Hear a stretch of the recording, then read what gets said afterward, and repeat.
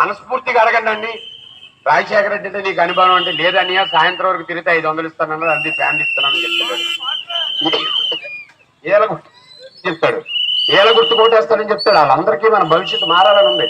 అక్కడ మనోడు అక్కడ పానీపూరి చేస్తున్నాడు, బుర్ర ఎక్కడ పెట్టాడు, ఎందుకు జీవితం మారాలని కోరుతున్నాడు. ఇది ఇలాంటి వాడు ఎక్కడ దొరకలేదు విశాఖపట్నంలో ఇలా మాట్లాడినాడు అనుకుంటున్నాడు. తప్పనిసరిగా ఓటు వేయాలని అనుకుంటున్నాడు, బయటికి చెప్పలేడు. ఈ రోజు విజయమ్మ తణుకులో మీటింగ్ పెట్టి చెప్పింది, చాలా బాధపడింది విజయమ్మ.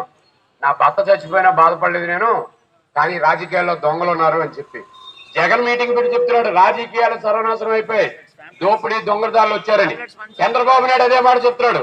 వీళ్ళు ముగ్గురు ఏం చెప్తున్నారంటే మేమంతా దొంగలమే ఊళ్ళు పంచుకోవడానికి వస్తున్నాం, ఒక్కసారి మీరు విద్యుత్తో ఆలోచించి లోక్సత్తా పార్టీ ఓటేయండి అని చెప్తున్నారు డైరెక్ట్ గా.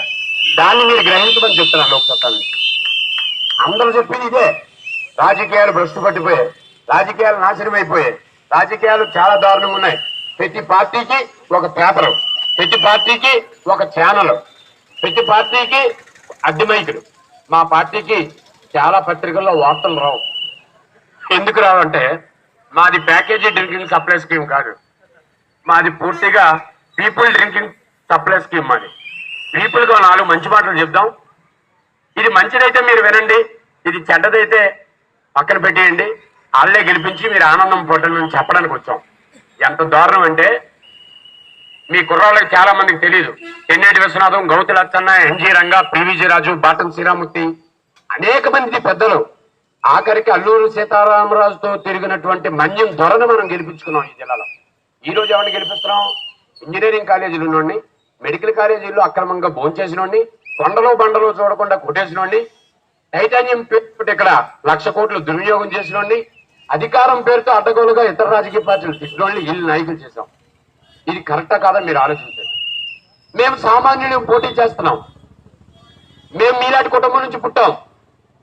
నేను ఈ డ్రెస్ వేసుకొని ఎందుకు తిరుగుతున్నానంటే నాకు అన్న నందమూరి తారక రామారావు గారు అంటే నాకు చాలా ఇష్టం, నాకు కె విశ్వనాథ్ గారు అంటే చాలా ఇష్టం, సినిమా డైరెక్టర్. వీళ్ళిద్దరూ ఆయన కొత్త రాజకీయం తీసుకొద్దాం అనుకున్నప్పుడు ఎన్టీ రామారావు గారు 6 నెలలు ఈ డ్రెస్ తో తిరిగాడు ప్రచారం మీద. కె విశ్వనాథ్ గారు ఏదైనా సినిమా తీసేటప్పుడు ఆ సినిమా ప్రారంభం నుంచి ఆఖరి అయిపోయే వరకు ఈ డ్రెస్ తో తిరిగేవాడు. నాకు అపారమైన నమ్మకం ఇద్దరు వ్యక్తుల మీద. ఆటో డ్రైవర్ కానీ, ఆర్టీసీ డ్రైవర్ కానీ, కళాశీ కానీ, కార్మికుడు కానీ, పోలీసు కానీ, ఈ దేశాన్ని రక్షించే ఒక జవాన్ గాని వేసుకునేది కాకి బట్టలే. లోక్సత్తా పార్టీ నుంచి మేము నాయకులు కాదు సేవకులని చెప్పడం కోసం ఈ డ్రెస్ వేసుకొని తిరుగుతున్నాను. నాకు చిన్నతనం లేదు. బీజేపీ పార్టీ, వైఎస్ఆర్ పార్టీ ఖర్చు పెట్టినటువంటి ఖర్చు, ఆయిల్ ఖర్చు కూడా మా లోక్సత్తా పార్టీకి లేదు. మీరు తలా వందిస్తే, మీరు తలా ప్రేమతో ఓటేయిస్తే ఈ పార్టీ నెగ్గుతుంది. అందరూ సిద్ధంగా ఉన్నారు, మిమ్మల్ని మీరు నమ్మండి. ఒక రాముడు వారు కోవులు కట్టేటట్టు, ఆదివారం పూట జీసస్ క్రైస్తు మన చర్చికి వెళ్ళేటట్టు, లేకపోతే ముస్లిం సోదరులు నమాజు చేస్తున్నప్పుడు ఆ మసీదుకి వెళ్ళినట్టు ఈ 5 రోజుల్లో ఒక 50 రూపాయలు ఖర్చు పెట్టండి. లోక్సత్తా కోసం, బాబ్జీ కోసం కాదు.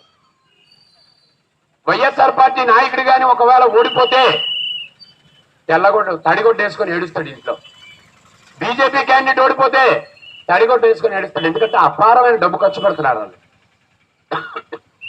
అట్లాగే గెలిచిన వాడు ఇంట్లో ఏడుస్తాడు, ఓడిపోయినాడు రోడ్డు మీద ఏడుస్తాడు. మాకేం భయం లేదు.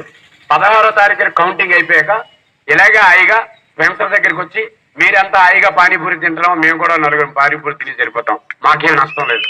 నష్టం జనానికి. వాళ్ళు అట్లా తిరగలరా చెప్పండి, వాళ్ళు అలా జనానికి చెప్పగలరా చెప్పండి. నిన్న పట్టాభి రెడ్డి నాయుడు తోట దగ్గర 2 ఆడపిల్లలు చచ్చిపోయారు రోడ్డు పైన. వాళ్ళ మావయ్య స్కూల్కి తీసుకెళ్తుంటే ఒక్క నాయకుడు మాట్లాడాల. మీకు తెలుసా తమ్ముళ్ళు, అనకాపల్లి నుంచి అడవివరం వరకు దాదాపుగా 77 కిలోమీటర్ల నేషనల్ హైవే ఉంటే ఒక్కసారి ఆ నేషనల్ హైవే నుంచి అనకాపల్లి నుంచి అలా ఆనందపురం మీదుగా పెడతామని ఒక నాయకుడు చెప్పాల. గత సంవత్సరం 1400 యాక్సిడెంట్లు అయితే 171 మంది చచ్చిపోయారు. ఈ చచ్చిపోయిన వాళ్ళు ఎవరు ఎమ్మెల్యేల పిల్లలు కాదు, మంత్రుల పిల్లలు కాదు, ఆటో డ్రైవర్లు, స్టీల్ ప్లాంట్కి ఉద్యోగంకి వెళ్తున్నాళ్ళు, పోర్టుకి ఉద్యోగం వెళ్తున్నాళ్ళు, పిల్లలు స్కూల్కి వెళ్తున్నాళ్ళు, అనవసరంగా స్పీడ్గా వచ్చినటువంటి వాహనాల్లో పడిపోయిన వాళ్ళు. వీటి కోసం ఎవరైనా మాట్లాడుతున్నారా? కొండ ప్రాంతాల్లో నివసిస్తున్నటువంటి ప్రజలు పట్టాలు లేకుండా ఇల్లు కట్టుకుంటున్నారు. కూలి పనికి వచ్చినటువంటి విశాఖపట్నం, శ్రీకాకుళం, విజయనగరంలో లక్షల మందికి ఇల్లు లేవు, 100 గజాలు లేవు. కానీ మన నాయకుడికి ఒక్కొక్కరికి లోటస్ పాండ్ లో ఉన్నటువంటి ఇల్లులాగా తెలుగుదేశంలో ఉంచే సీఎం రమేష్, వైఎస్ఆర్ పార్టీ నుంచి జగన్ ఇద్దరు అట భారతదేశ చరిత్రలో లేనటువంటి ఇల్లులు కట్టారట. ఈడు ఆడని కాదు, ఎల్లమ్మని ఎంచవసరం లేదు, పుల్లమ్మని పోవడవసరం లేదు. చంద్రబాబు అంటే దుర్మార్గుడు, జగన్ అంతకన్నా దుర్మార్గుడు.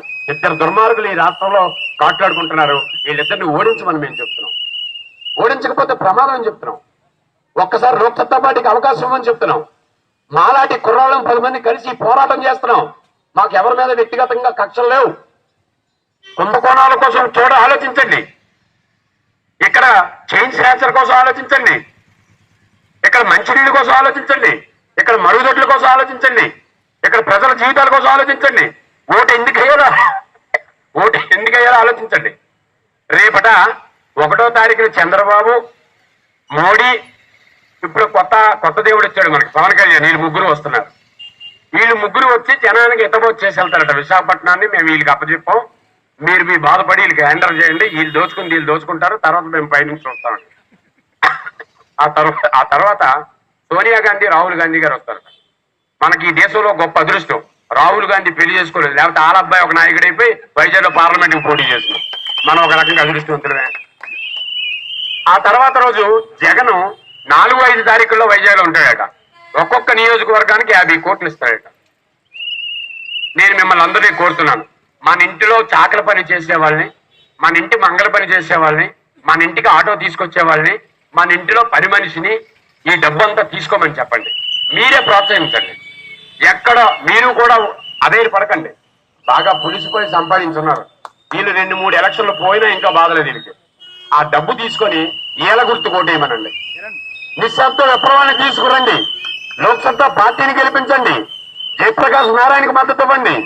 కొత్త రాజకీయానికి మార్గం చూపించండి. ఉమ్మడి రాష్ట్రంలో కూకటపల్లి ప్రజలు ఏం తీర్పు ఇచ్చారో ఆ తీర్పు ఇక్కడ ఉత్తర నియోజకవర్గంలో మీరు ఇవ్వండి. మీరు మనసు పెట్టండి, మార్పు సాధ్యం. మీరు మనసు పెట్టండి, ఓట్లు సాధ్యం. బూత్కి వెళ్ళేది మనం, కరపత్రం పట్టుకెళ్ళేది మనం, ఓటు ఎవరికి వేయాలో తెలుసుకోవాల్సింది మనం. రుణం తీర్చుకోవాల్సింది ఈ జాతికి, ఈ సమాజానికి. ఎక్కడి నుంచో ఇంపోర్ట్ అయిన నాయకులు కాదు. జేపీ గారు ఈ రోజు మల్కాజ్గిరిలో ఒక ప్రధాన రాజకీయ 50 కోట్ల రూపాయలు ఇచ్చి ప్రధాన రాజకీయ పార్టీ నుంచి టికెట్ తెచ్చుకున్న వ్యక్తి మీద పోటీ చేస్తున్నారు. ఆయన పిరికోడైతే ఓడిపోతాం అనుకుంటే చిరంజీవిలాగా అన్ని మూసుకొని సరణ్ ఉండేవాళ్ళం. మేము పోరాట వీరులం, జనం కోసం బతుకుతున్నాం. ఓడిపోతే జనం నాకేంటి కష్టం జేపీ గారు పోటీ చేస్తున్నారు. రాజమౌళి లాంటి ప్రఖ్యాత సినీ దర్శకుడు జేపీ గారి కోసం తిరుగుతున్నాడు. పాపం పవన్ కళ్యాణ్ కూడా సాయం చేద్దామంటే చంద్రబాబుకు చాలా కష్టం అనిపించింది. ఎందుకంటే నరేంద్ర మోడీ హైదరాబాద్ ఎయిర్పోర్ట్ లో చంద్రబాబు తెలుగుదేశంలో పక్కుంటుండగా జయప్రకాష్ నారాయణ గారు పక్కనుంటే దిగొచ్చి ఆయనకి సెకండ్ ఇచ్చి, జేపీ నువ్వు గెలవాలి, ఈ దేశం మన అనేక సంస్కారాలు తీసుకొస్తాం అనగానే పాపం చంద్రబాబు చాలా ఇబ్బంది కలిగి 2వ రోజు పవన్ కళ్యాణ్ దగ్గరికి వెళ్ళి పవన్ కళ్యాణ్ ఒప్పించి ఎలాగైనా సరే వెళ్తే జేపీ గెలిచేస్తారని నానా బాధలు పడుతున్నాడు. ఇది రాజకీయం కాదు. మీరు మనసు పెట్టండి, సాధ్యం. జనం సిద్ధంగా ఉన్నారు. 2009 కన్నా ఈ రోజు 14లో మార్పు వచ్చింది. ఈ మార్పు ద్వారా మీరు కొత్త రాజకీయానికి శ్రీకారం. మీ ఇంట్లో ఉండి మీరు మన బంధువులకి అందరికీ చెప్పండి, ఈ నియోజకవర్గంలో ఈ ఒక్కసారి లోక్సత్తా కోటేద్దామని. మీరు ఆలోచించండి. బీజేపీ నుంచి కానీ వైఎస్ఆర్ పార్టీ నుంచి కానీ ఎవరైనా ఇలాంటి సభలు వాడవాడ పెట్టి మేము ఈ పనికి సిద్ధమయ్యామని చెప్పగలుగుతున్నారా? మేము సిద్ధం. లోక్సత్తా పార్టీని గెలిపిస్తే ఉమెన్స్ కాలేజీ ఏర్పాటు చేయడానికి కృషి చేస్తాం. మురళీనగర్ లో 1200 రూపాయలు తీసుకున్నది కార్పొరేషన్ ట్యాపులు వేస్తామని ఈ రోజుకి వచ్చి ట్యాపులు వేయలేదు. అలాగే కొండవాళ్ళ ప్రాంతంలో ఉన్నటువంటి ప్రజలకు సౌకర్యాలు కల్పిస్తాం. నాకు వచ్చే శాసనసభ్యుడి జీతాన్ని తిరిగి ప్రజలకు ఇచ్చి నాకు ఏ రకమైన జీతం తీసుకోకుండా సేవ చేస్తాను. 5 రోజులు నా కోసం కష్టపడండి, 5 సంవత్సరాలు మీకోసం కష్టపడతాను. మీ పిల్లల పైన మీకే నమ్మకం లేకపోతే పక్కింటోడి పిల్లలను నమ్మి, దొంగోడి కొడుకుని నమ్మి దోపిడీ జరిగా కలువ లక్షణాన్ని ఇడిచే కన్నా మీ పిల్లలకు అధికారం ఇవ్వండి, మమ్మల్ని నమ్మండి. మేము తప్పు చేయలేము, తప్పు చేసే కుటుంబాల నుంచి రాలా, జనహితం కోసం వచ్చాం. ఒక్కసారి మీరు మనస్ఫూర్తిగా ఆలోచించి ఓటు వేయించగలరని, ఓటుకి విలువ పెంచగలరని, ఈ రాజకీయ నాయకులకు బుద్ధి చెప్పగలరని కోరుకుంటూ ఎంతో సావధానంగా ఉన్న మీకు అందరికీ మరొకసారి ధన్యవాదాలు తెలియజేసుకుంటూ, పార్లమెంట్ ఓటు మీకు నచ్చిన పార్టీకి వేసుకోండి, అసెంబ్లీకి లోక్సత్తా పార్టీకి ఓటేసి గెలిపిస్తారని కోరుకుంటూ సెలవు తీసుకుంటున్నాను. నమస్కారం. జై హింద్, జై లోక్సత్తా.